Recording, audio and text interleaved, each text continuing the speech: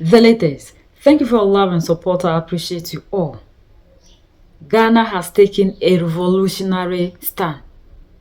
A very good one at that. This is beautiful. At least, as we are moving forward, we need people who can help the politicians to do amazing things in this world.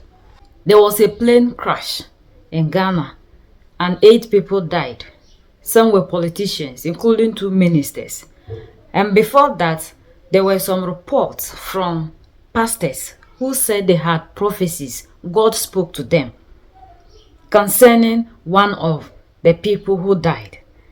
And however, they could not meet the minister to tell him whatever the prophecy was, and this thing happened. So when it happened, the parliament, government of Ghana have decided that they should set an office purposely for prophecy review, so that any prophet that God will reveal something concerning any politician, they will go to that office for them to sit down and review that prophecy in order to prevent bad things from happening to the politicians in Ghana. Sometimes when we talk, Ghanaians do not want to listen to the truth.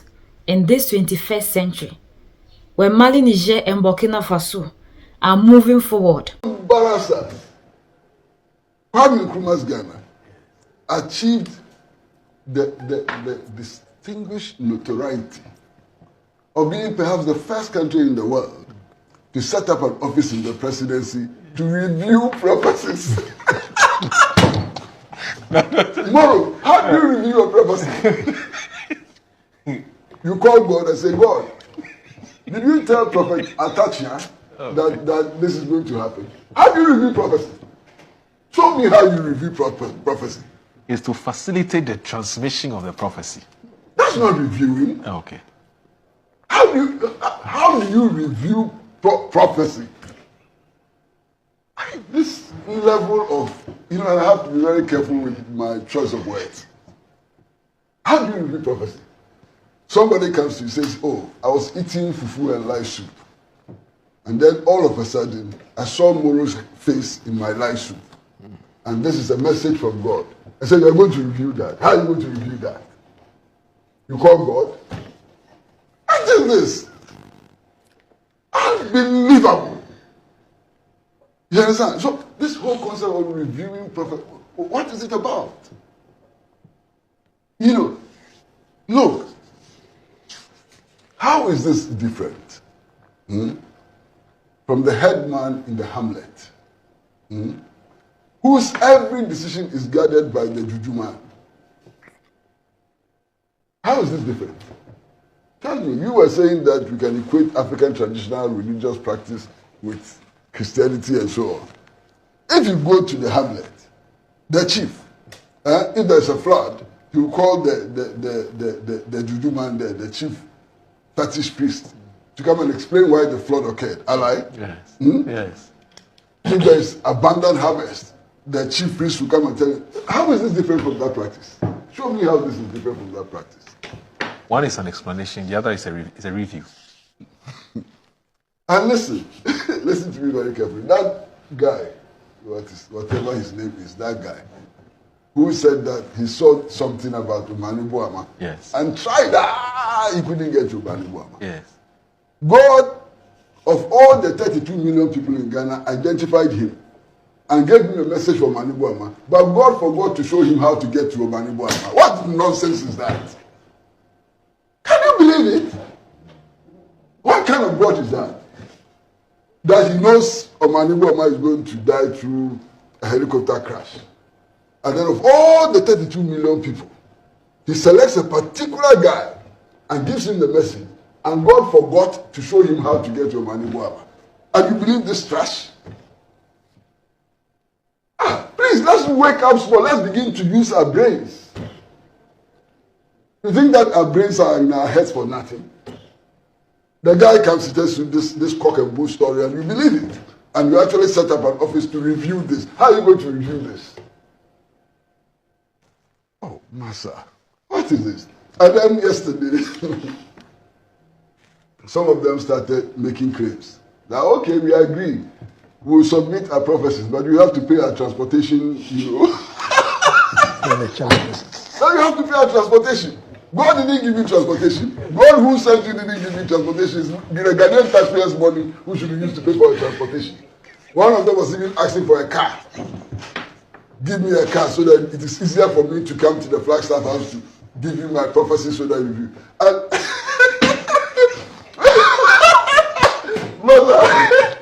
the statement which was issued is that the prophecy should be submitted formally. How do you formally submit a prophecy? I mean, you type it on letterhead. How do you formally submit a prophecy? What is the difference between informal submission of a prophecy and a formal submission of a prophecy? What nonsense is this? I mean, crazy. You think that all of us in Ghana, we are mad? You are crazy. What is this? Treat us with a little respect. If you are dealing with us, assume that there's some small brain matter in our head. And stop playing with us like this. Formal submission of prophecy. The formal one is by email. Yes. Or WhatsApp. Yes. Or there's a special form to fill. TikTok. What is this? You understand? You are supporting. You understand what you do. You see, I've talked about the review, and I also talked about my friend. this naturally. What is formal submission of prophecy? And I was saying that, Moro, if Kwesi heard me well, yes. As a prophecy delivery, it's face to face. Yes. It's not through electronic means. Yes. So God will give you the prophecy. No. I've told you. And not give you the opportunity to face deliver. Kwesi, and then you go already and you start the gifts. We have several gifts. God has said he didn't give you pocket money to take transport to go. Those are the charlatans. And then you are coming to me for pocket Those money are the charlatans. Those are the charlatans. And the whole government sets up a machinery for this foolishness. What is this? Master, let's move on and forget this foolishness. It's too much. I mean, look, show the citizens some respect. Show us some respect. Election time. One prophet says that dole, NDC will win. Another prophet, dole, NPP will win. How many gods are there in the world? How many gods? The same God, the same Christian God. In one breath, he says NPP will win. In another breath, he says NDC will win. Now, my understanding is that Mr. Elbisifi Ankara wants to make a quick response to what we've been talking about. So let's speak to him quickly. Onuba, boss, good morning. Good to have you join us. We're told that you have a quick, comment that you want to make. Yes, I actually have been on other stations, but I've got about 12 messages and calls that have been roasted for dinner on your station. So I just wanted to clarify some issues. Okay. First of all, a lot of the commentary has been that government should focus on governance, right, and leave religious issues to religious people. In any case, we acknowledge that it's not everybody who believes in God, and people are entitled to their beliefs. But you have a country where almost 70% of the populace are Christians, almost 20% are Muslims. So, and the rest are background to what you also say. Another faiths. So, faith plays a very important part in our national lives. Now, a government has a responsibility to ensure that there is social cohesion and peace. Any acts that threatens the social cohesion of a country, of a society, the government has a responsibility to intervene. We all witnessed what happened last week, Wednesday. We've all been distraught. We're trying to manage the situation. It's been very, very difficult. Some of those were people that were very, very close to me. And in the midst of that, we've seen videos popping out on social media claiming that some of these things were seen by some people who are gifted, and that they did not have access to the persons in government to be able to forewarn them. So, and then beyond that, there's claiming that many more things are going to happen. Worse things are going to happen. People are going to die. More places are going to crash. Now, a government, and it's causing a lot of consternation. Believe me, if you say that you don't care, that in the midst of all this, when people are grieving and mourning and people are traumatized, people are claiming that more things are going to happen, Government cannot just sit down on. Elvis cannot get away with what he has said. Okay, I'm ready. Elvis should show us how he's going to review prophecy. What method is he going to use to review prophecy? He says he has. How does Elvis believe that God will give somebody a prophecy about somebody and God will refuse to show the person how to get in touch with that person? Okay. So Let him tell us. Can I respond? Let him tell us. And Elvis should understand that whatever job he's doing, he's not doing it on his own. He's doing it on behalf of all of us. Just a second. No. Elvis is doing it on behalf of all the people of Ghana. This is still about those who believe in God and those who do not believe in God. Are they not citizens of this country?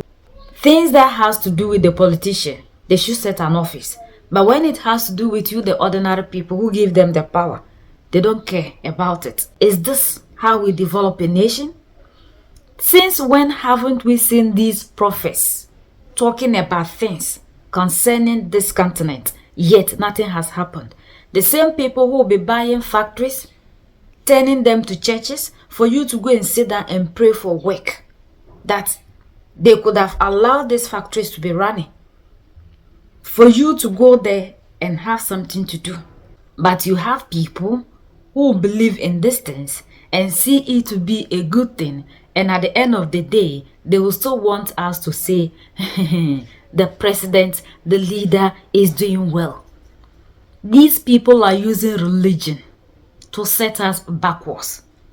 Religion will never change the narrative here in Africa. For over 500 years that these people gave us this religion, we have practiced it. Nothing is happening. When our water bodies are destroying that they need to speak truth to power, they will not send their books to go and stand there that they are praying. When they prayed, did the color of the water change? Is this how we develop a nation? Is this what Mali, Niger, and Burkina Faso are doing?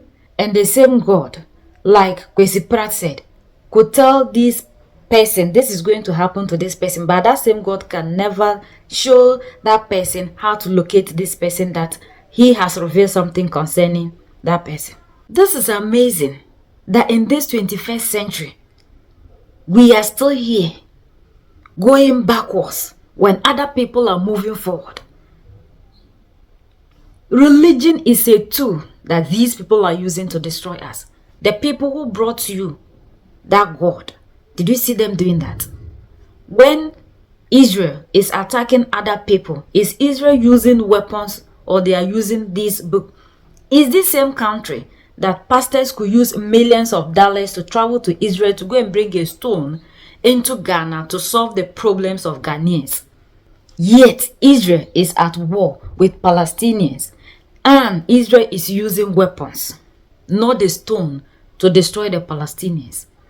But this is what we want. The politicians always give you, the citizens, what they think you like. It's religion you want, isn't it? So they'll give you religion. And when they finish giving you things that you are demanding for, you then ask them to give you development. They can never give you that. You can't eat your cake and still have it. They have never seen that there is this developmental project or plan that when these people use it is going to help the nation. All these pastors see is doom. Somebody is going to die. Somebody is going to do this. It is always evil that they see. They have never seen anything good. Their church members are hungry. Yet these same people will go there, the same orphans and then widows, and be taking offerings from them, telling them they can't even come to the house of God with empty hands. If it is religion that changes everything, do you think the colonizers who brought you that religion would have brought it to you, a black person? Anything that is good, these people left it. But the things that these people gave to you, just because they told you that one day when you die, you are going to inherit the kingdom of God, you love that one so much. So they don't want, they that have discovered that place, they don't want it. It is you, the black person, that should go there. They don't want to see you, a black person, on their land, yet they can share that heaven with you. We are the only ones that can set ourselves free. United we stand, divided we fall, and united we keep standing forever and ever. The greatest enemy of the African is mental slavery. So let's decolonize ourselves from mental slavery. Let's keep sharing to educate our brothers and sisters. Together we'll make Africa great for ourselves and the next generations that are going to come. So that's the latest around the world. in Africa, West Africa, and in Ghana.